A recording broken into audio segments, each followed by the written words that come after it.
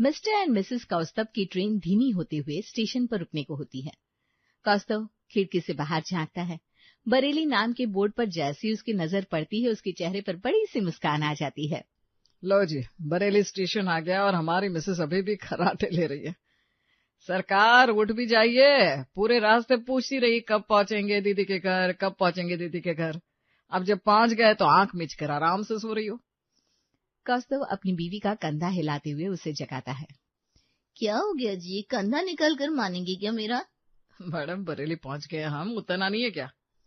हाँ वो तो आना ही था, और मुझे पता है मैं कौन सा सो रही थी, मैं बस आंखें मीचे पड़ी थी। चलिए उतरिए, 5 मिनट की स्टॉपेज है और आप है कि बात किए जा रहे। दीदी इंतजार कर रही होगी।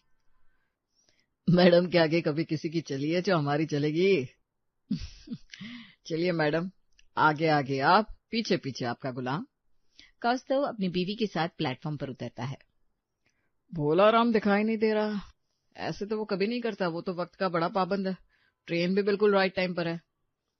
अरे छोड़िए ना बोलाराम को, कौन सा चिट्ठी पत्री का जमाना है। बोलिए ना, रवि से लोकेशन भेज देगा व्हाट्सएप पर, हम खुद पहुंच जाएंगे। वैसे अब कितनी बार आ चुके हैं यहाँ, फिर कंफ्यूज क्यों हो रहे, रास्ता भूल गए क्या? अरे दीदी, मेरे चाचा की बेटी है, कुल 2 बार आया हूँ यहाँ, वो भी तब जब रवि 10-12 साल का था। अब तो वो बाप बन चुका है। एड्रेस तो पता ही है मुझे, टैक्सी रोकता हूँ। कौस्तभ टैक्सी रुकवाता है और रेणुका के साथ टैक्सी में बैठ जाता है। अरे ये चौक, हाँ यही चौक याद आया मुझे। इससे बस 2 गली के बाद ही ना पंखुड़ी दीदी और वृक्ष जीजू का घर है।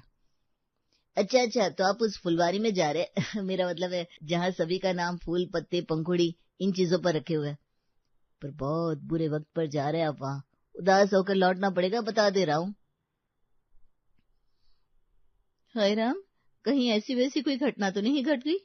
लीजिए, आप कह रहे थे दीदी के परिवार में बड़ी एकता है, नामी गिरामी लोगों में आते हैं। यहाँ 5 साल हुए नहीं बहू को आए कि बहू फरार होगी? अरे नहीं मैडम जी, बहू फरार नहीं हुई।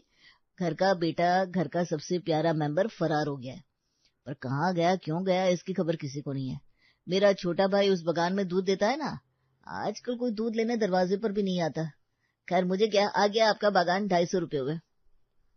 चढ़ते वक्त तो तुमने 400 रुपए में बात की थी और अब 250 ही ले रहे हो।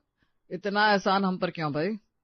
मातम पसरा हुआ है अंदर, आप इन लोगों के आंसू पहुंचने आए हैं, ऐसे में मैं आपसे क्या ही ऊपरी कमाई करूंगा। 250 ही दे दीजिए, तेल का जितना होता है। कौस्तभ और रेणुका हैरानी से पंखुड़ी के घर के अंदर जाते हैं। मकान का नाम रख दिया बागान पर ना ही खुशबू है ना ही महक। यहाँ तो सब कुछ सुना सुना